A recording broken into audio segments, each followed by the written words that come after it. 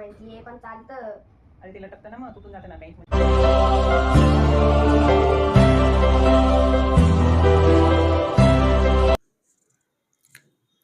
Good morning सर्वांना. तर कशा आहात सगळे?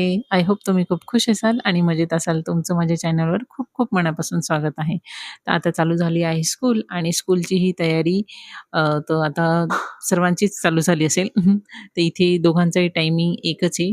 गेल्या वेळेस अरुणची दुपारून होती आणि विहानची सकाळून होती. पण ह्या वर्षी दोघांची एकच टायमिंग आहे स्कूलचा. तर इथे मी टिफिन वगैरे लवकर उठून माझा टिफिन वगैरे रेडी झाला होता दोघांचा आणि अरुणही त्याची तयारी करून झाली होती. नंतर मी इथे विहानची तयारी करायला घेतली होती. कारण असंही तो अजून लहान आहे आणि हे करायला छानही वाटतं. कारण एकदा मुलं मोठी झाली की नंतर हेही करायला भेटत नाही. मग त्यांना आपल्या हाताने केस विचारलेले पण आवडत नाही. आता इथे विहानची तयारी वगैरे करून झाली होती. मग दोघांनाही स्कूलला मला सोडायचं होतं. सोडायला आणि घ्यायला मीच जाते. कारण व्हॅन लावली होती अर्णवला, पण त्याची हाईट जास्त असल्यामुळे आणि व्हॅनमध्ये खूप जास्त मुलं असतात, तर तो नाहीच म्हणतो. तर मग मी दोघांनाही सोडायला जाते आणि विहान अजून लहान आहे, तर अर्णव त्याला म्हणतो, "मम्मी याला अजून व्हॅन लावू नको, कारण खूप उशीर होऊन जातो." त्यानंतर मी आली घरी आणि घेतला मस्त असा मोठा श्वास. कारण आता आपला दिवस उगला आहे आणि आता काही आपली कामं संपणार नाही.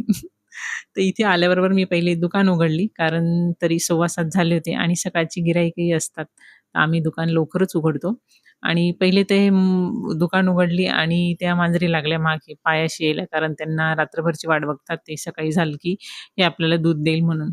तर मी त्यांना पहिले दूध दिलं आणि मग आपल्या रुटीनला लागली. हे आहे जीरा, ओवा आणि बडिशोपचं पाणी जे मी रोज घेते.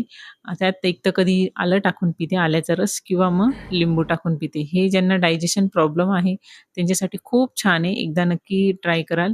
आणि अजून एक मी ड्रिंक घेते, ते मी नंतर कधी सांगेल. खूप चांगलं असतं हे डायजेशन प्रॉब्लेम ज्यांना पिंपल्स वगैरे असतात त्यांच्यासाठी खूप चांगलं पाणी. ते एकदा नक्की ट्राय कराल हे पाणी. मी असंही चहा, कॉफी वगैरे काही घेत नाही. म्हणजे साखर वगैरे काही खात नाही. खात नाही म्हणजे दूध वगैरे घेतच नाही, तर दूध तर मला आवडतच नाही. चहा आवडतो, तर तो मी सोडला आहे. तर आता म्हणून मग मी हे पाणी आणि चांगलं आहे आपल्यासाठी, तर मी हेच घेते रोज. त्यानंतर मग मी माझं सकाळचं जे होतं रुटीन ते झाल्यानंतर पहिले मी घर आवरायला घेतलं. थोडंसं मुलं जायच्या अगोदर आवरून घेतल्या होत्या गाद्या वगैरे. पण आता जी आपली रोजची रुटीन आहे, ती मी कामाला लागले होते.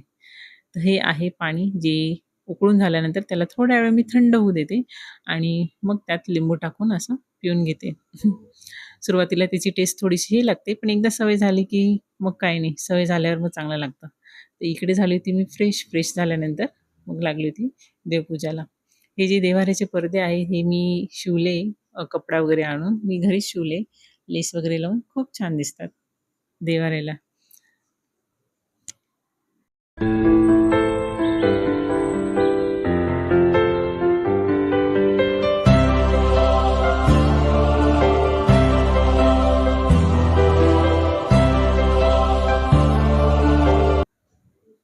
तर इथे खायचे होते आज माझ्या मुलांना गार्लिक ब्रेड.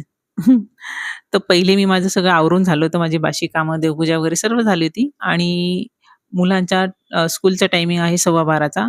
आणत-आणत त्यांना 12:30 होऊनच जातात. तर त्याच्या अगोदर मला स्वयंपाक वगैरे आणि सगळी कामं आवरून ठेवावीच लागतात. तर आमची भाजी पोळीही झाली होती आणि त्यांना खायचं होतं आज गार्लिक ब्रेड. तर मी पहिले त्यांना स्कूलमधून घेऊन आली आणि गार्लिक ब्रेडची मी तयारी अगोदरच करून ठेवली होती शाळेत जायच्या अगोदरच. डो वगैरे त्याचा भिजवून ठेवला होता. आल्यावर म्हटलं फक्त बेक करायचं काम राहील. कारण असंही 1 वाजून गेला होता मला ते सर्व करत, रेडी करत आणि मुलांना भूक लागून जातेच. म्हणजे तो टायमिंगच आहे जेवणाचा सर्वांचा. तर इथे मी गार्लिक ब्रेड 2 प्रकारचे केले होते. एक असा जो नॉर्मल असतो आपला साधा तसाही केला होता आणि एक हा ग्रीन चटणीचा केला होता. म्हणजे अ, पुदिना वगैरे, हिरवी मिरची टाकून याची रेसिपी पाहिजे असेल तर नक्की सांगाल. खूप एकदम मस्त झाले होते आणि हे आपण घरातही करू शकतो. म्हणजे मी हे बाहेरच्या भट्टीमध्ये केले होते. आमच्या बेकरीच्या भट्टीमध्ये केले होते. तर घरात कढईमध्येही करू शकतो. पण मला वेळ थोडा कमी होता आणि त्याला खूप वेळ लागून जातो आणि मग तेवढं मुलं थांबणार नाही कारण 1 वाजून गेला होता, 1 सव्वा वाजून गेला होता. मग म्हटलं असंही बेकरी चालूच आहे आणि भट्टी गरमच आहे.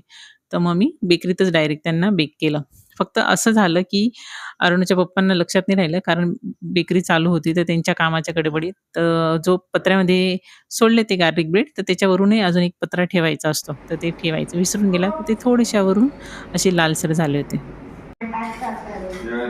क्या ये डालो तो आपके इसमें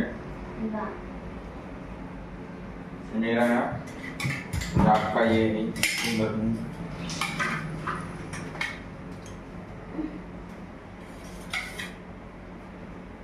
काय बनवलंय? कमी तू भी छोटा है काय तो ग्लास खोल है स्वतः मग किती घेतलंय अरे तिचा बघ ना माझं बघ काय बरोबर दे रे, दोघं जण बरोबर घ्या. खाता नहीं यूज है तू तेवढं तर पी बियान, तुझ्याकडून ते बी पिले जात नाही. अरे तुझ्याकडून ते बी पिले जात नाही, घेतानाच तू म्हणतो तेवढा. दर तवे टाकतोय बघतो, आवर नाटक नको करू जास्त. तर इथे 4 अन् 5 वाजत नाही तर परत आम्हाला लागली होती भूक. तर इथे आर्णवने केलं होतं काहीतरी शेक वगैरे केला होता, चॉकलेट शेक का काय असतं काय माहिती, त्याने केला होता. तर दोघांची चालली होती, मला एवढं दिलं, विहानचं चाललं होतं म्हणजे एवढं दिलं आणि तेवढं दिलं.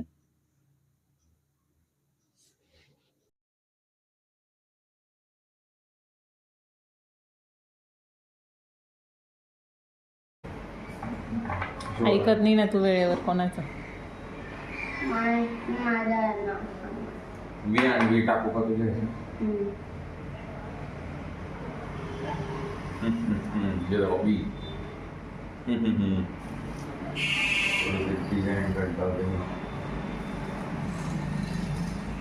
स्वतः जास्त घेतात मग खायचं जास्त समजतं स्वतः. यस चमचा घे ना, चमचा घे ना. अय एवढा आनंद तू काय आईस्क्रीम घे त्याच्या वेळेस काय बोलता खाऊन येऊ का म्हणे आणि केव्हा बनवणार आहे म्हणे हे एवढं बनवायपेक्षा म्हणे बाहेरून घेऊ म्हणे खायला बरोबर खाईल.